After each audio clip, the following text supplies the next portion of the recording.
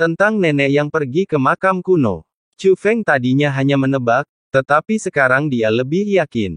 Lagi pula, dia bisa menggunakan kekuatan formasi penyembuhan untuk menanamkan formasi itu ke tubuh neneknya, dan tentu saja meninggalkan bekas. Dan tanda neneknya memang mendekati makam kuno dengan kecepatan yang mencengangkan. Chu Feng ingin mencapai makam kuno dengan cara tercepat, jadi tentu saja dia tidak bisa menggunakan susunan teleportasi kuno yang normal. Dia harus melewati tanah rahasia 9 surga. Pada saat ini, Chu Feng telah tiba di tanah rahasia 9 surga, tempat tablet batu dominan berada. Sejak dia menguasai kekuatan tanah rahasia 9 surga, Chu Feng cukup sering datang ke sini agar dapat mencapai tujuannya dengan cepat. Tetapi setiap kali saya melihat 3 loh batu yang dominan, saya tidak dapat menahan diri untuk tidak melihatnya lagi. 3 prasasti batu yang dominan melambangkan zaman kuno, masa lalu, dan masa kini. Mereka yang meninggalkan nama mereka di tablet batu dominan dapat menguasai formasi teleportasi di tanah rahasia 9 surga. Pada prasasti batu masa kini, hanya tersisa nama Chu Feng. 6 nama orang terukir pada lempengan batu kuno. Yang pertama, Qin Jiu. Kedua, namanya tidak jelas, dan orang ini tampaknya sengaja menyembunyikan identitasnya. Yang ketiga, Song Xuan. Yang keempat, seperti yang kedua, dia juga mengaburkan namanya. Yang kelima, penguasa 9 surga. Yang keenam, Zhongli Bahuang. Tak perlu dikatakan lagi, Qin Jiu adalah kaisar roh alam yang terkenal. Hanya sedikit orang di zaman modern yang tidak menyadari keberadaannya. Prestasi Chu Feng saat ini dalam seni membentuk alam juga karena warisan sebagian dari Qin Jiu. Adapun 5 orang lainnya, meskipun mereka datang setelah Qin Jiu, mereka pasti merupakan tokoh yang sangat luar biasa hingga mampu meninggalkan nama mereka di tanah rahasia Jiu Tian.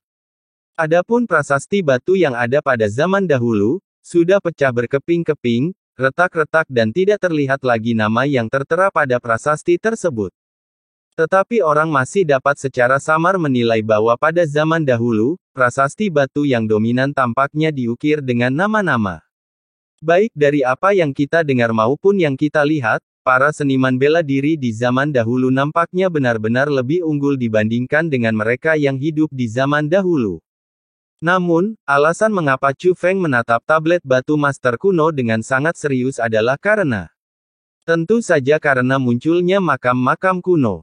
Chu Feng ingin melihat apakah dia dapat menemukan sesuatu darinya, tetapi hasilnya tentu saja dia tidak dapat menemukan apapun.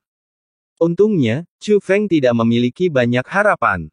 Melihat bahwa pengamatannya tidak membuahkan hasil, Chu Feng mulai menggunakan formula ajaibnya. Gemuruh, gemuruh. Saat mantra itu dilakukan, 8 gerbang bintang muncul dari tanah di sekitar lempengan batu yang dominan. Masing-masing melambangkan 8 sungai surgawi. Chu Feng dapat pergi kemanapun yang diinginkannya dengan melangkah ke dalamnya. Namun, saat Chu Feng hendak pergi, sebuah suara bergema di belakang Chu Feng. Kamu sangat sibuk, berlari ke sana kemari sepanjang hari. Kamu tidak ingin menyia-nyiakan kekuatan tanah rahasia 9 surga sama sekali. Dia masih gadis kecil, mungkin baru berusia 12 atau 13 tahun. Kuncir kuda kembar yang menjuntai ke bawah sangat imut, tetapi gaun emasnya sedikit ceria namun sakral. Siapa kamu? Chu Feng tidak dapat menahan diri untuk bertanya ketika pertama kali melihat gadis ini. Kenapa, kamu tidak mengenaliku lagi? Siapa yang membantumu menulis nama di prasasti guru? Gadis kecil itu menyilangkan tangan di dada dan mengangkat wajahnya dengan bangga. Senior, apakah kamu pena? Chu Feng sedikit terkejut. Tentu saja dia ingat kejadian ini.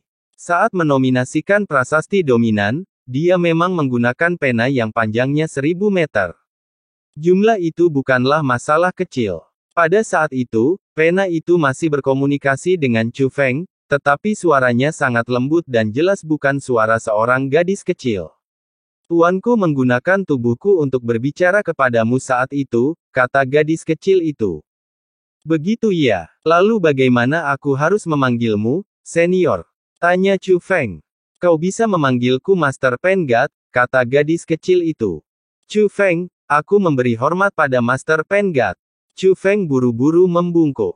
Bagaimanapun juga, dari sudut pandang manapun, gadis kecil di depan Anda ini bukanlah orang biasa. Meskipun dia terlihat muda, dia jelas tidak muda. Adapun kekuatannya, itu bahkan lebih tak terduga. Setidaknya Chu Feng tidak bisa melihat apa-apa. Chu Feng. Pada saat ini, suara lain terdengar. Itu adalah suara yang sangat enak didengar dan menyenangkan. Saat suara itu terdengar, seorang wanita muncul di samping gadis kecil itu yang menyebut dirinya Dewi Pena. Gadis ini juga mengenakan rok emas, tetapi jauh lebih panjang daripada milik gadis kecil itu. Sebenarnya, rok panjang gayanya relatif biasa, tetapi sangat indah dan menunjukkan temperamen. Meskipun rok panjangnya melilitnya ketat, orang tetap dapat melihat bahwa wanita itu memiliki bentuk tubuh yang luar biasa. Dia mengenakan kerudung emas. Meskipun wajahnya tidak terlihat karena kerudung, matanya sangat istimewa. Dia sebenarnya memiliki mata 3 warna, ungu, biru dan emas. Mata ini lebih dari sekedar indah, mereka sangat misterius dan pasti mengandung kekuatan yang tak terukur.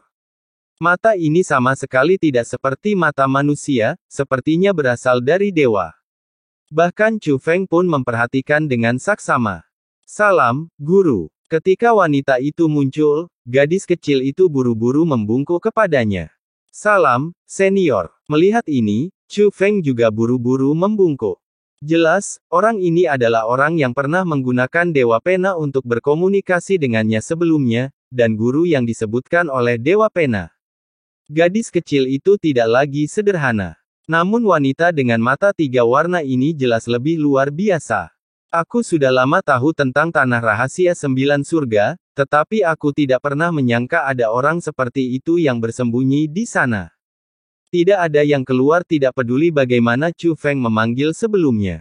Sekarang mereka muncul atas inisiatif mereka sendiri. Chu Feng merasa bahwa ini mungkin sebuah kesempatan. Kenapa memanggilku senior? Panggil aku Dewa Roh, kata Dewa Pena. Junior Chu Feng memberi penghormatan kepada Dewa Roh. Chu Feng menambahkan. Chu Feng, apakah kamu akan pergi ke makam kuno? Tanya Dewa Roh. Iya, jawab Chu Feng. Aku tidak bisa melihat melalui tempat itu, tapi aku bisa melihat aura jahat yang kuat samar-samar meluap. Dewa ini menyarankanmu untuk tidak pergi. Maukah kau mendengarkanku? Kata Dewa Roh. Senior, kata-katamu membuatku semakin ingin pergi ke sana, karena ada orang-orang yang aku sayangi yang pergi ke sana, kata Chu Feng. Kalau begitu, aku akan mengajakmu menemui 2 orang.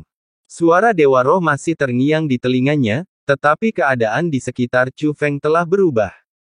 Ketika suara Dewa Roh menghilang, Chu Feng tidak lagi mendominasi tempat di mana prasasti batu itu berada.